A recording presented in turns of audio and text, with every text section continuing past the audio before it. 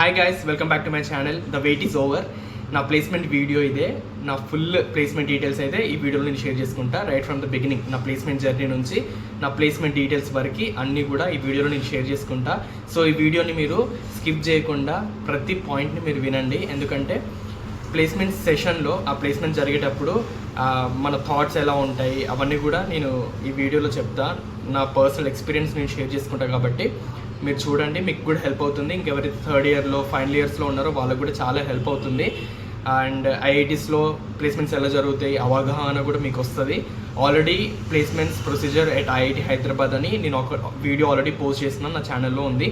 ఇంకెవరైతే దాన్ని చూడాలో దాన్ని చూసి ఇక్కడికి రండి, మీకు తెలిసిపోతుంది. So right from the beginning ఇప్పుడు నేను అంతా షేర్ చేసుకుంటాను అనమాట. వీడియోని ఎక్కడ స్కిప్ చేయకుండా ఎండ్ వరకు చూడండి. ప్లేస్మెంట్ డీటెయిల్స్లో నా ప్యాకేజ్ ఎంత, లొకేషన్ ఏంటి, రోల్ ఏంటి, కంపెనీ ఏంటి అవన్నీ కూడా నేను డీటెయిల్గా ఎక్స్ప్లెయిన్ చేస్తాను మీకోసం. థ్యాంక్ యూ ఎవ్రీవన్, మీరు ఇంత ఈగర్గా వెయిట్ చేసినందుకు. ఇంకా రిపీటెడ్గా కమెంట్స్ వస్తూనే ఉన్నాయి నాకు, మీ ప్లేస్మెంట్ వీడియో పెట్టండి, అట్లీస్ట్ ప్యాకేజ్ రేంజ్ అని చెప్పండి అని చాలామంది కమెంట్ చేసిళ్ళు. సో అదంతా ఇప్పుడు ఈ వీడియోలో నేను కవర్ చేయబోతున్నా. సో నా బీటెక్ ఫస్ట్ ఇయర్ నుంచి కూడా నేను అంతగా అప్పుడే ఐఐటీలోకి వచ్చిన, సో కొంచెం చిల్ అవుదామని ఆ మైండ్ సెట్లోనే ఉండే. సో నేను బాగా ఎంజాయ్ చేసేది, క్లాస్కి అప్పుడప్పుడు వెళ్ళేది, ఇంకా వెళ్ళకపోయేది అప్పుడప్పుడు. సో ఫస్ట్ ఇయర్లో నా సీజీపీఏ కొంచెం తగ్గిపోయింది. సో సెకండ్ ఇయర్కి వచ్చేసరికి కొంచెం సీరియస్నెస్ పెరిగింది. సెకండ్ ఇయర్లో కొంచెం ఫోకస్ చేయడం, స్టడీస్ మీద కొంచెం ఇంట్రెస్ట్ రావడం అప్పుడు స్టార్ట్ అయింది. అండ్ అప్పుడు కొంచెం సీజీపీఏ ఇంక్రీజ్ అయింది. ఇంకా థర్డ్ ఇయర్లోకి వచ్చేసరికి నాకు దగ్గర అంత స్కిల్స్ ఏం లేవు. నేను అప్పటికి డేటా స్ట్రక్చర్స్ అయితే స్టార్ట్ చేసిన. డేటా స్ట్రక్చర్స్ అండ్ అల్గోరిథమ్స్ అవి చాలా ఇంపార్టెంట్ అన్నారు సీనియర్స్తో మాట్లాడితే. సాఫ్ట్వేర్ రోల్స్ కానీ చాలా రోల్స్ కానీ చాలా కంపెనీస్ అయితే డిఎస్ఏ అడుగుతుంది అని తెలుసుకునేసరికి నేను డిఎస్ఏ చేయడం అయితే స్టార్ట్ చేసిన. సెకండ్ ఇయర్ ఎండింగ్లో నుంచే నేను డిఎస్ఏ చేయడం అయితే స్టార్ట్ చేసిన. కానీ అంత పర్ఫెక్ట్గా రాదు నాకు డిఎస్ఏ. బాగా లో కాన్ఫిడెన్స్ అయ్యేవాడిని. ఒక్కొక్కసారి నాకు డిఎస్ఏ రాదు, మరి నాకు ప్లేస్మెంట్ వస్తుందా రాదా అని చాలా కన్ఫ్యూజ్ స్టేట్లో ఒక డౌట్తో నేను ఆల్వేస్ ట్రావెల్ చేస్తూ ఉండే. ఒక హోప్లెస్నెస్ సిచ్యువేషన్లో నేను ఆల్వేస్ ఉండే. Fear of not getting placed or fear of not getting internship నాలో ఉండే అనమాట. థర్డ్ ఇయర్లో నేను ఇంటర్న్షిప్స్ అప్లై చేస్తున్నా, కానీ నాకు థర్డ్ ఇయర్లో ఏం ఇంటర్న్షిప్ అయితే రాలేదు. ఒక స్టార్టప్లో ఇంటర్న్షిప్ వచ్చింది, కానీ నాకు అంత ఇంట్రెస్ట్ లేకపోయేసరికి ఆ రోల్లో కూడా అది స్టార్టప్ కాబట్టి నేను అంత ఇంట్రెస్ట్ చూపించలేదు. సో దాన్ని రిజెక్ట్ చేసేసిన. ఇక థర్డ్ ఇయర్లో నేను ఏ ఇంటర్న్షిప్ చేయలేదు. ఇక ఫైనల్ ఇయర్లో ప్లేస్మెంట్ స్టార్ట్ అవుతాయి కదా, దానికోసం ప్రిపేర్ అయ్యేదామని నేను ప్రిపరేషన్ అయితే స్టార్ట్ చేసిన. ఫస్ట్ నా గోల్ ఏముండే అంటే ఇటు డేటా సైన్స్ వైపు, డేటా అనాలిసిస్ వైపు నేను వెళ్దామని అనుకున్నా. సో దానికోసం నేను స్కిల్స్ డెవలప్ చేసుకోవడం స్టార్ట్ చేసిన. ఎస్క్యూఎల్ కానీ, పైథాన్ కానీ, ప్రాబబిలిటీ, స్టాటిస్టిక్స్ వీటన్నిటితో పాటు డేటా స్ట్రక్చర్స్ కూడా చేయడం స్టార్ట్ చేసిన. కానీ డేటా స్ట్రక్చర్స్ ప్రాబ్లమ్స్ సాల్వ్ చేయడం అంత రాకపోయేది, చాలా లోగా అనిపించేది. ఆ ప్రాబ్లమ్స్ చేయకపోతే మా ఫ్రెండ్స్ అందరూ సాల్వ్ చేస్తున్నారు, నేను సాల్వ్ చేయలేకపోతున్నా అని కొంచెం బాధగా అనిపించేది. కానీ గాడ్ ప్రతి ఒక్కరికి ఒక్కొక్క ప్లానింగ్ ఉంటుంది, డిఫరెంట్ ప్లానింగ్ ఉంటుంది. కాబట్టి అయినా కూడా నేను ప్రాక్టీస్ చేస్తూనే ఉన్నా ప్రాబ్లమ్స్. యూట్యూబ్లో స్ట్రైవర్ ప్లేలిస్ట్ ఉంటుంది కదా, అది కూడా చూసిన. ఇంకా స్ట్రైవర్ షీట్ కూడా నేను సాల్వ్ చేయడానికి ట్రై చేసిన. కొన్ని ప్రాబ్లమ్స్ వచ్చాయి, కొన్ని ప్రాబ్లమ్స్ రాకపోయేది. సో అప్పటికప్పుడే మళ్ళీ డీమోటివేట్ అవ్వడం కూడా అయ్యేది. జస్ట్ కంటిన్యూస్లీ ప్రే గాడ్ నాకు హెల్ప్ చేయమని. సో గాడ్ నాకు హెల్ప్ చేసిండు, కొన్ని స్కిల్స్ అయితే నేను డెవలప్ చేసుకున్నా.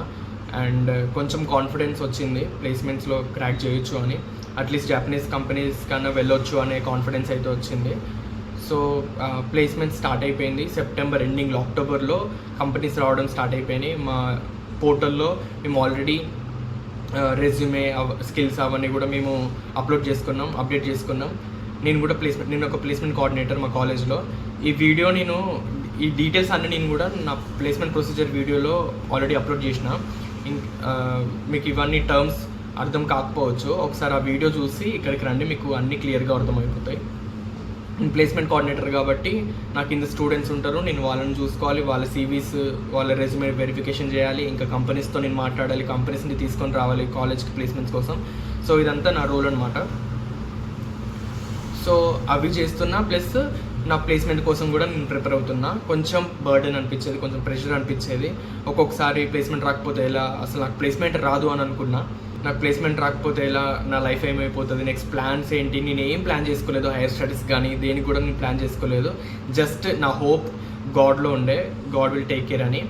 నా హార్డ్ వర్క్ నేను చేసిన, ఇంకా రెస్ట్ గాడ్కి అనమాట. సో అక్టోబర్లో కంపెనీస్ రావడం స్టార్ట్ అయిపోయింది. అండ్ మేము టెస్ట్లు కూడా రాసినాం. కొన్ని ఆన్లైన్ టెస్ట్ జరుగుతాయి, కొన్ని ఆఫ్లైన్ టెస్ట్ జరుగుతాయి. సో టెస్టులు ఇస్తున్న చాలా రోల్స్కి, చాలా కంపెనీస్కి టెస్ట్ ఇస్తున్నా, కానీ దేంట్లో కూడా నేను షార్ట్ లిస్ట్ అవ్వలేదు. దానివల్ల నేను చాలా కొంచెం స్ట్రెస్గా ఫీల్ అయిపోయినా, చాలా డిమోటివేటెడ్ అయిపోయినా. నాకు ప్లేస్మెంట్ రాదు అనే థాట్లో ఉండే. ఇంకా హైయర్ స్టడీస్కి ఏమైనా ప్లాన్ చేద్దామని కూడా స్టార్ట్ చేసిన, గేట్ అప్లై చేసిన. మా ఫ్రెండ్స్ అందరూ షార్ట్ లిస్ట్ అయిపోతున్నారు, నేను షార్ట్ లిస్ట్ అవ్వట్లేదు అనే కొంచెం ఫీలింగ్ నాలో ఉండే. అయినా కూడా పేషెన్స్తోని ప్రిపేర్ అవుతూ కంపెనీ టెస్ట్ అన్నీ కూడా నేను ఇచ్చిన. టువర్డ్స్ డిసెంబర్ అంటే నవంబర్ ఎండింగ్ లోపు నేను షార్ట్ లిస్ట్ అయింది. 7 కంపెనీస్లో షార్ట్ లిస్ట్ అయినా by God's grace. Test after test అనమాట. అవన్నీ వాళ్ళు టెస్ట్ పెడతారు, దాని తర్వాత షార్ట్ లిస్టింగ్ జరుగుతుంది కదా. దాంట్లో నేను 7 కంపెనీస్లో నేను షార్ట్ లిస్ట్ అయినా. మాకు నవంబర్ వరకు కూడా అన్ని టెస్ట్లే జరుగుతాయి, ఇంటర్వ్యూస్ కూడా జరగవు. డిసెంబర్ 1 నుంచి అన్ని ఇంటర్వ్యూస్ జరుగుతాయి. సో అప్పటి వరకు జరిగిన టెస్ట్లన్నింటిలో ఎవరైతే షార్ట్ లిస్ట్ అయ్యాలో వాళ్ళకి డిసెంబర్ 1 నుంచి ఇంటర్వ్యూస్ జరుగుతాయి. సో డిసెంబర్ 1 రోజు నాకు 3 ఇంటర్వ్యూస్ ఉండే. ఓవరాల్గా నేను షార్ట్ లిస్ట్ అయింది 7 కంపెనీస్కి. డిసెంబర్ 1 రోజు నాకు 3 కంపెనీస్ ఇంటర్వ్యూస్ ఉండే. ఫస్ట్ వచ్చేసి ఫస్ట్ ఇంటర్వ్యూ నేను మార్నింగ్ 5:30కి ఇచ్చిన అనుకుంటా. ఆ డే నాకు 4కి స్టార్ట్ అయింది. నేను ప్రేయర్ చేసుకొని ఇంకా రెడీ అయిపోయి white shirt, black pant, formal outfit వేసుకొని ఇక ల్యాప్టాప్ పట్టుకొని అకాడమిక్స్ వైపు వెళ్తుండే. అకాడమిక్స్ దగ్గర మాకు ఇంటర్వ్యూస్ జరుగుతాయి. సో ఫస్ట్ ఇంటర్వ్యూ నాకు 2 కంపెనీస్ ఉండే, అంటే ఆ మార్నింగ్ స్లాట్లో. ఒకటి media.net, ఇంకొకటి ఏంటిదంటే Rakuten Japan. ఈ 2 కంపెనీస్ ఇంటర్వ్యూస్ అయితే నాకు ఉండే. సో ఫస్ట్ నేను ఇచ్చింది ఏంటిదంటే ఈ media.net కంపెనీకి నేను ఇంటర్వ్యూ ఇచ్చిన. అది ఆన్లైన్ జరిగింది, కానీ ప్లేస్మెంట్ కోఆర్డినేటర్స్ వాళ్ళందరూ ఉంటారు కదా, ప్లేస్మెంట్ టీమ్, వాళ్ళ సర్వేలెన్స్లో ఈ ఇంటర్వ్యూ అయితే నేను ఇచ్చిన. సో క్వశ్చన్స్ అడుగుతున్నాడు, అండ్ కొన్ని చెప్పినా కొన్ని చెప్పలేకపోయినా. ఒక ఎస్క్యూఎల్ ప్రాబ్లం అడిగిండు, ఇంకా కొన్ని సిచ్యువేషన్ బేస్డ్ క్వశ్చన్స్ ఉంటాయి కదా, అవి అడిగిండు. సో ఒకరే ఉండే, 1-on-1 ఇంటర్వ్యూ జరిగింది అది. సో కొన్ని చెప్పినా కొన్ని చెప్పలేకపోయినా. సో ఆ interview around half an hour జరిగింది అనుకుంటా. ఆ ఇంటర్వ్యూ తర్వాత అంటే అప్పటికప్పుడే చెప్పేస్తారు, ఎందుకంటే వేరే చాలా కంపెనీస్ లైన్డ్ అప్ ఉంటాయి కదా, చాలా కంపెనీస్ ఇంటర్వ్యూస్ తీసుకుంటాయి. సో అప్పటికప్పుడే రిజల్ట్ చెప్పేస్తారు దాంతో, ఇంటర్వ్యూ అయిన తర్వాతనే. సో దాంట్లో నేను షార్ట్ లిస్ట్ అవ్వలేదని తెలిసింది. ఇక నెక్స్ట్ ఇంటర్వ్యూ నాకు Rakuten Japanది 7కి ఉండే అనమాట. సో ఇంకా వేరే బ్లాక్కి వెళ్ళాలి నేను. సో ఇంటర్వ్యూ అవ్వగానే ఫాస్ట్గా నేను ఆ వెన్యూకి అయితే వెళ్ళిపోయినా. అక్కడికి వెళ్ళిపోయి చూస్తే కొంచెం టైం పడుతుంది ఒక్కొక్కరికి. సో ఆ టైంలో నేను ఏం చేయాలి, రెజ్యూమేలో ఏమేమి ఉన్నాయో అవన్నీ కూడా నేను ఒకసారి చూసుకున్నా. యాక్చువల్లీ ఇవన్నీ నేను 2-3 డేస్ బిఫోర్ నా ఇంటర్వ్యూస్కి 1 వీక్ బిఫోర్ నుంచి నా రెజ్యూమే పర్ఫెక్ట్ అవుదామని నేను ప్రిపరేషన్ అయితే స్టార్ట్ చేసిన.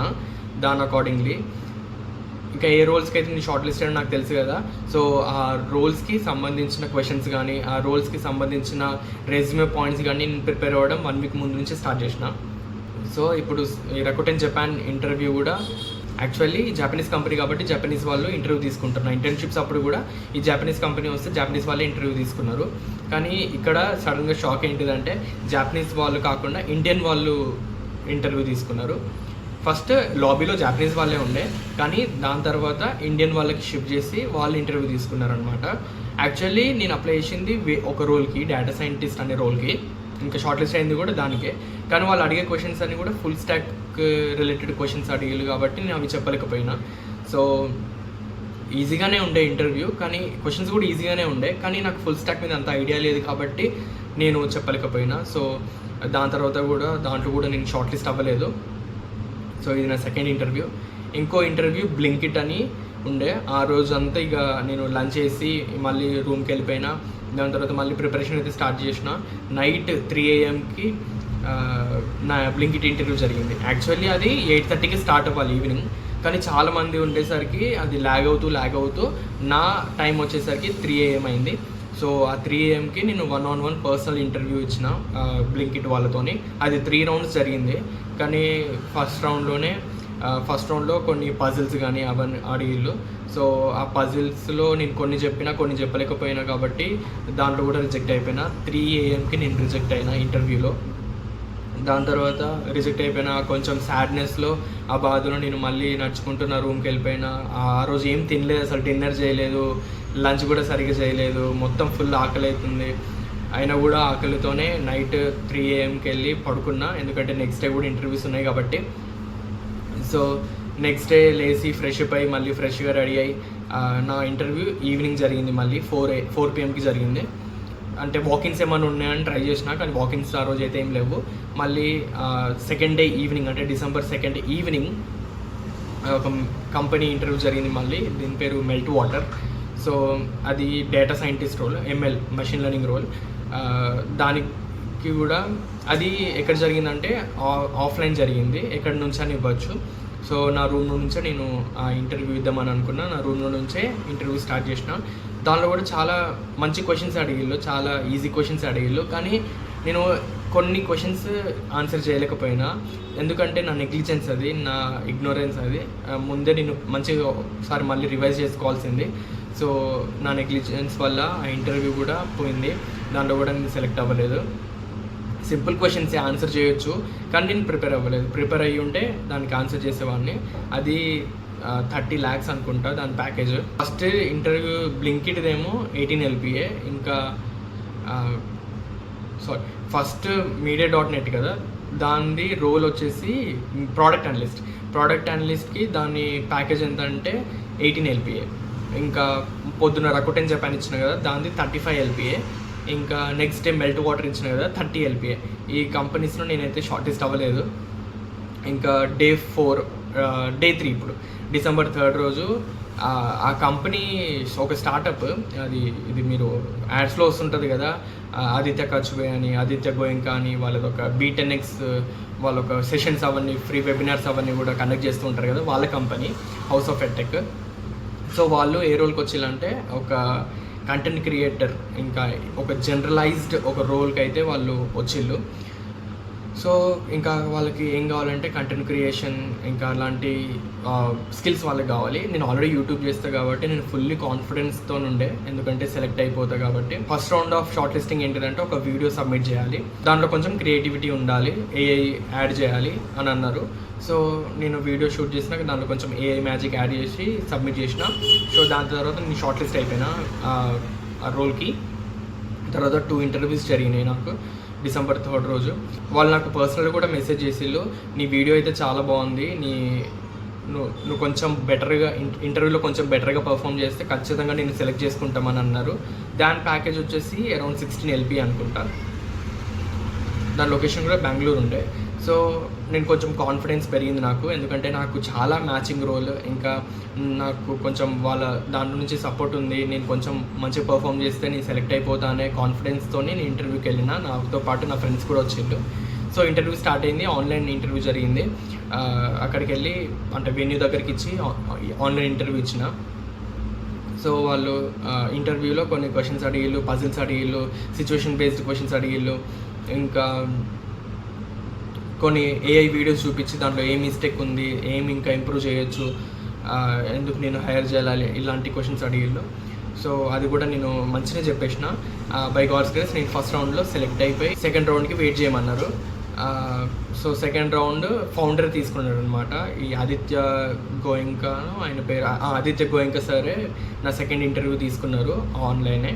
సో దాంట్లో సార్ నా యూట్యూబ్ ఛానల్ చూపించమన్నాడు, ఇంకా why we should hire you అన్నాడు. అవన్నీ మంచిగా చెప్పేసిన, కానీ లాస్ట్లోకి వచ్చేసరికి నేను సెలెక్ట్ అవ్వలేదు. వాళ్ళు క్యాంపస్కి వచ్చినప్పుడు ఏమన్నారంటే, మేము చాలా బల్క్లో మేము హైర్ చేసుకుంటాం, చాలా వేకెన్సీస్ ఉన్నాయి మాకు అని అన్నారు. మోస్ట్లీ ఇంకా అప్లై చేసిన వాళ్ళందరూ సెలెక్ట్ అయిపోతారనే అనుకున్నాం, కానీ వాళ్ళు ఏం చేసేయాలంటే ఇంటర్వ్యూస్ అయ్యేసరికి ఓన్లీ 2 పీపుల్ని వాళ్ళు సెలెక్ట్ చేసుకున్నారనమాట. అది వాళ్ళ టాక్టిక్, అది వాళ్ళ స్ట్రాటజీ. అది చాలామంది అప్లై చేస్తే ఒక పూల్ నుంచి ఒక బెస్ట్ పీపుల్ని తీసుకుందామనే వాళ్ళ స్ట్రాటజీ అది. ఆ స్ట్రాటజీలో మేము పడిపోయినాం. సో ఇంకేం చేయలేము, ఇక ఇంటర్వ్యూలో కూడా నేను సెలెక్ట్ అవ్వలేదు. చాలా ఆ రోజు అయితే ఫుల్ డిప్రెస్డ్, నేను ఫుల్ లోగా వెళ్ళిపోయాను. ఎందుకంటే నాకు చాలా పర్ఫెక్ట్ మ్యాచ్ అయిన రోల్, దాంట్లో నేను సెలెక్ట్ అవ్వలేదు. ఇంకా వేరే దాంట్లో నేను దేంట్లో సెలెక్ట్ అవుతాను అనే క్వశ్చన్ నాలో వచ్చింది. ఇక నా రూమ్కి వెళ్ళిపోయి చాలా ఏడ్చుకుంటూ, చాలా స్ట్రెస్గా, డిప్రెస్డ్గా, లోగా ఉండే ఆ సిచ్యువేషన్ అసలు నేను మర్చిపోలేను. అండ్ December 3 రోజు మా ఫ్రెండ్స్ అందరికీ మోస్ట్ ఆఫ్ దెమ్కి ప్లేస్మెంట్ వచ్చేసింది. మా క్లాస్లో అరౌండ్ ఒక మా క్లాస్లో 15 మెంబర్స్ ఉంటారు. అరౌండ్ 8 మెంబర్స్ దాకా December 3 వరకు మోస్ట్లీ వచ్చేసింది ప్లేస్మెంట్. ఒక 3-4 మెంబర్స్ మిగిలిపోయినాం. ఇక ఆ ప్రెషర్ కూడా ఉంది మా మీద. మా ఫ్రెండ్స్కి ప్లేస్మెంట్ వచ్చింది, మాకు రాలేదు అనే బాధ కూడా ఉండే. సో అయినా కూడా నెక్స్ట్ డే ఒక ఇంటర్వ్యూ ఉంది కదా, చూద్దాంలే దాంట్లో అయినా సెలెక్ట్ అవుతాం అని ప్రిపరేషన్ అయితే నేను స్టార్ట్ చేసిన మళ్ళీ. అండ్ December 4 రోజు 2 ఇంటర్వ్యూస్ నాకు ఉండే, 2 కంపెనీస్ ఇంటర్వ్యూస్, మార్నింగ్ ఒకటి, ఇంకా ఈవినింగ్ ఒకటి. సో December 4 రోజు నా బర్త్డే కూడా. అండ్ December 4 రోజు ఆ కంపెనీ నాకు వచ్చిన కంపెనీయే. మార్నింగ్ ఫస్ట్ అయితే వాళ్ళు టెస్ట్ పెట్టిళ్ళు, బిజినెస్ యాప్టిట్యూడ్ టెస్ట్ అయితే వాళ్ళు ముందే పెట్టిళ్ళు నవంబర్లోనే. దాని మీద నేను షార్ట్ లిస్ట్ అయినా. దాని తర్వాత వాళ్ళు పర్సనల్గా 1-on-1 ఇంటర్వ్యూ అయితే తీసుకున్నారు. దాంట్లో SQL, నా resume based questions, guest mates, ఇంకా పైథాన్ గురించి అట్లాంటి క్వశ్చన్స్ అయితే నన్ను అడిగిళ్ళు.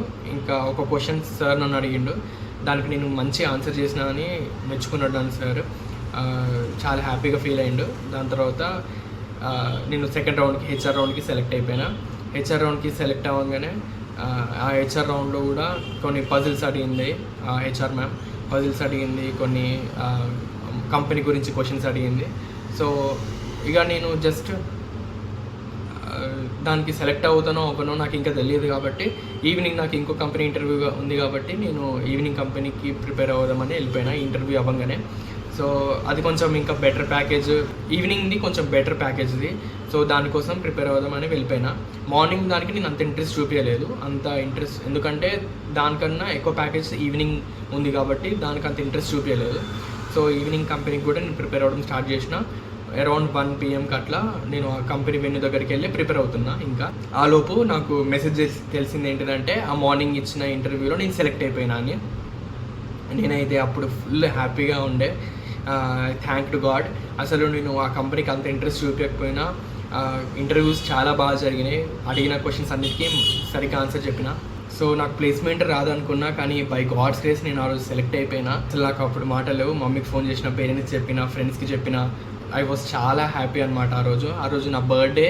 ఇంకా ఆ బర్త్డే రోజు నాకు ప్లేస్మెంట్ రావడంతో ఐ వాజ్ ఫుల్లీ హ్యాపీ. ఇది గిఫ్ట్ ఫ్రమ్ గాడ్ అని నేను అనుకున్నా. I praise God for this. ఇంకా ఈవినింగ్ ఇంటర్వ్యూ నేను ఇవ్వలేదు, ఎందుకంటే మాకు 1 ఆఫర్ పర్ 1 స్టూడెంట్ అనే పాలసీ ఉంది కాబట్టి నేను ఇంకా ఈవినింగ్ కంపెనీకి ఇంటర్వ్యూ ఇవ్వలేదు. సో నా కంపెనీ విషయానికి వచ్చేస్తే అదొక ఫార్మస్యూటికల్ కన్సల్టింగ్ కంపెనీ. దాంట్లో నా రోల్ వచ్చేసి అనలిస్ట్. నేను ఫస్ట్ ట్రైనీ అనలిస్ట్గా జాయిన్ అయ్యి, దాని తర్వాత అనలిస్ట్, ఇక అవన్నీ ఉంటాయి.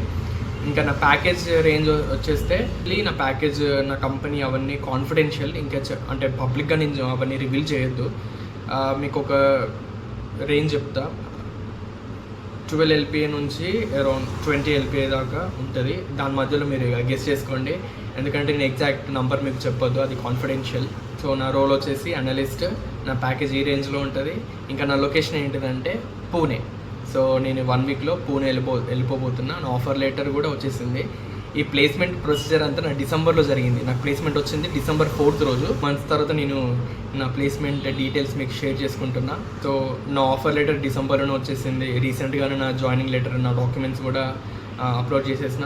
సో ఈ 1 వీక్లో నేను పూణే వెళ్ళిపోబోతున్నా. అక్కడ నుంచి ఇక పూణే వ్లాగ్స్ వస్తాయి మీ అందరి కోసం. ఇంకా 1 వీక్ ఉంది టైం. చాలా ప్రిపరేషన్స్ ఉన్నాయి, చాలా పనులు ఉన్నాయి. ఇంకా లగేజ్ ప్యాకేజింగ్ కానీ, షాపింగ్ కానీ చాలా ఉన్నాయన్నమాట. సో ఇది నా ప్లేస్మెంట్ వీడియో. ఎవరైతే ఫైనల్ ఇయర్స్లో ఉన్నారో, థర్డ్ ఇయర్స్లో ఇంటర్న్షిప్ కోసం ట్రై చేస్తున్నారో వాళ్ళందరికీ ఆల్ ద బెస్ట్. ఖచ్చితంగా మీకు కూడా వస్తుంది. మీరు ఏం టెన్షన్ పడకండి, మీరు మీ కష్టం మీరు పడండి. బై గాడ్స్ గ్రేస్ మీకు కూడా వస్తుంది. నాకైతే హోపే లేదనుకున్నా, నాకైతే జాబే రాదనుకున్నా, కానీ గాడ్స్ హెల్ప్ వల్ల నాకైతే జాబ్ అయితే వచ్చింది. Be strong, be courageous. మీరు ఈ ప్లేస్మెంట్స్ ఇట్లాంటి ప్రెషర్లో మీరు పడిపోకండి. గాడ్ని అడగండి, గైడెన్స్ కోసం, హెల్ప్ కోసం అడగండి. ఖచ్చితంగా మీకు కూడా మంచి ఫ్యూచర్ ఉంటుంది. సో ఇంకా నా ఫ్యామిలీ మెంబర్స్కి, ఫ్రెండ్స్ అందరికీ చాలా చాలా థ్యాంక్ యూ. ఎందుకంటే నాకు వాళ్ళు ఎప్పటి నుంచో సపోర్ట్ చేస్తూనే ఉన్నారు. మా పేరెంట్స్ కూడా సపోర్ట్ చేస్తూనే ఉన్నారు. ప్లేస్మెంట్ వస్తలేదని భయపడకు, ఏం కాదు, నీకు ఖచ్చితంగా వస్తుంది అనే వాళ్ళు ఆ ఎంకరేజ్మెంట్ వర్డ్స్ నాకు ఇవ్వగానే నా కాన్ఫిడెన్స్ కూడా బూస్ట్ అయింది కొంచెం.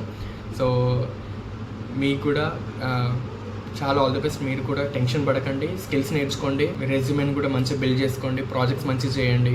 ఇప్పుడు నుంచి కష్టపడడం స్టార్ట్ చేయండి. First year, second year enjoy చేసినా కూడా థర్డ్ ఇయర్ నుంచి మీ ప్రిపరేషన్ స్టార్ట్ చేయండి. ఖచ్చితంగా మీకు ప్లేస్మెంట్ వస్తుంది. సో ఇదన్నమాట ఈ వీడియో. ఈ వీడియోని నచ్చితే మీరు లైక్ చేయండి, షేర్ చేయండి, నా ఛానల్ సబ్స్క్రైబ్ చేసుకోండి. Thank you for watching. Bye bye.